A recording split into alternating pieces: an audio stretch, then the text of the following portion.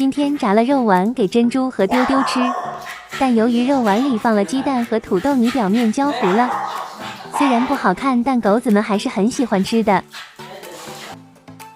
不知道珍珠这又是什么迷之操作，他可能2份都想要，看丢丢在吃，他着急了，围着丢丢转了好几圈才停下来吃东西。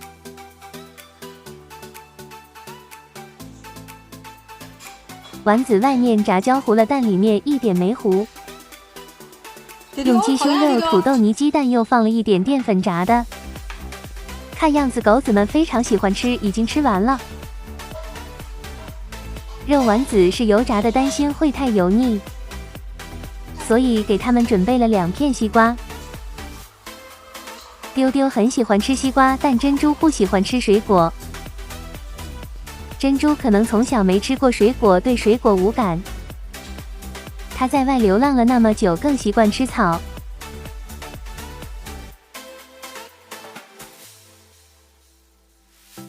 丢丢的西瓜都吃好多了，珍珠还在来回转。珍珠的眼睛里写着想法，但我看不懂是啥。珍珠很聪明，但可惜她不会说话。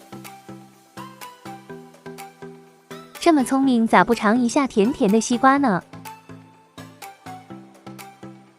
他总是看看我，又看看丢丢，再看看西瓜。他这份不吃，等一下给撤了，不能给丢丢吃，担心若丢丢吃太多会闹肚子。孩子起烧了，一起烧就是38度半，每次都烧到40度。今天请假了，没去上学，但也不能遛狗了。这是一个美丽善良的粉丝姐姐发给我的，拍的是她的房间和她的爱宠妹妹。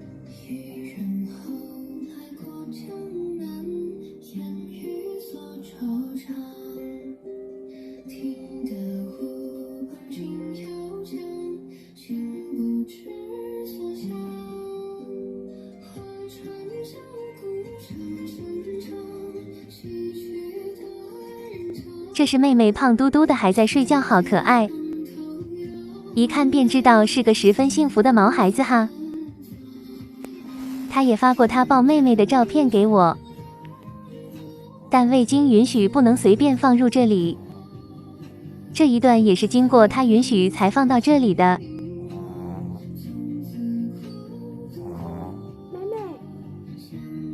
妹妹睡觉高了，妹妹。你这是在睡觉吗？还打呼噜呢？性格真温顺，睡觉时叫妹妹也没发脾气。现在正在看珍珠和丢丢哈，谢谢美丽善良的姐姐对我们的支持。